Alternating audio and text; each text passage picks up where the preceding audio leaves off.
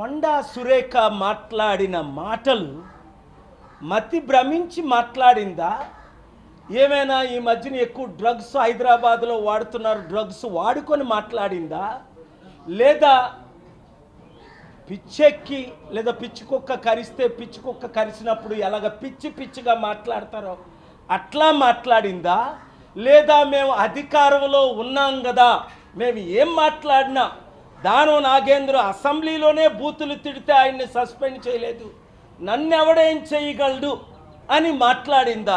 ఏదేమైనా చట్ట విరుద్ధంగా ఆవిడ మాట్లాడింది.